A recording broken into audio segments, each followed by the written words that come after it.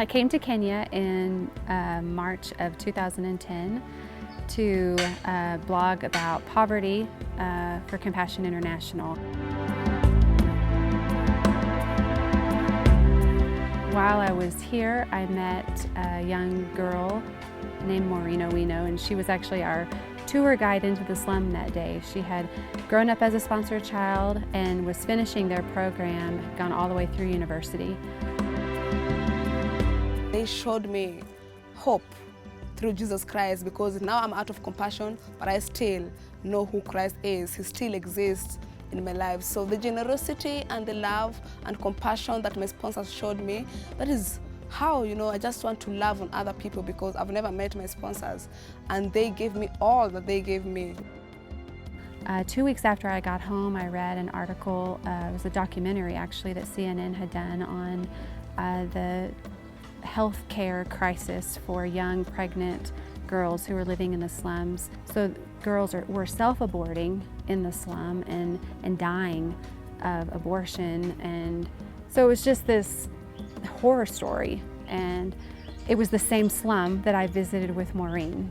She sent me that article on CNN. To me, it was not a big deal, because backstreet abortion is a normal thing in Nairobi and in the slums.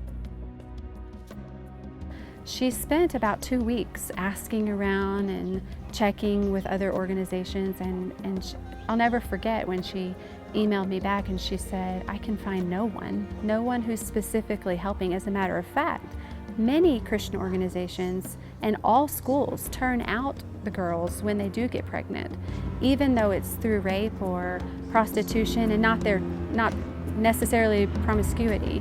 They're not choosing this path. And that's when I said, let's pray that we can find someone. That's when God really began stirring our hearts together, because we knew there was a need and we saw that no one was really addressing that specific need. When Maureen and I just began praying and realized that there was no one, I was writing a blog and thought, I could use the income from that blog to maybe help.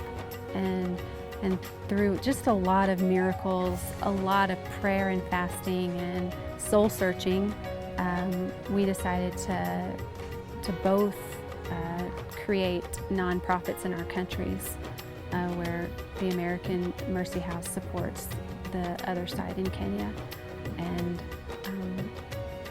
that's Mercy House Kenya. This is Rehema House, and Rehema House is a Swahili word meaning mercy.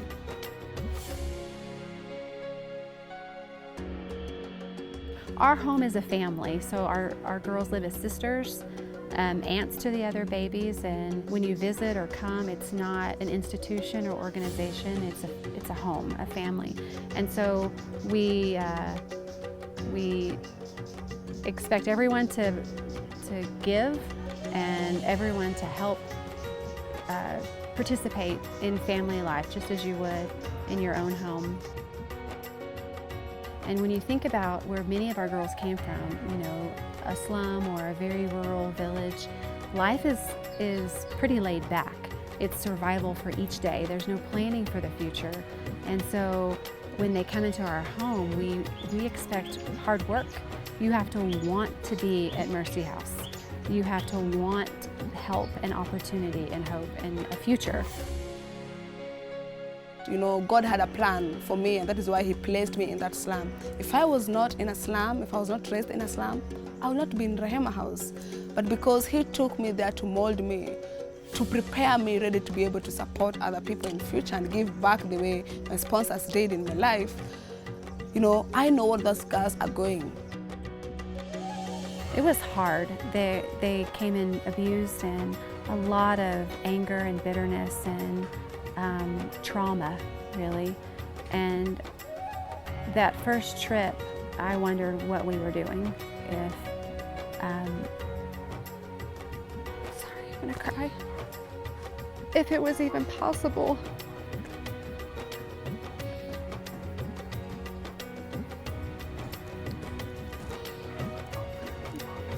because I can't heal. I can't provide hope.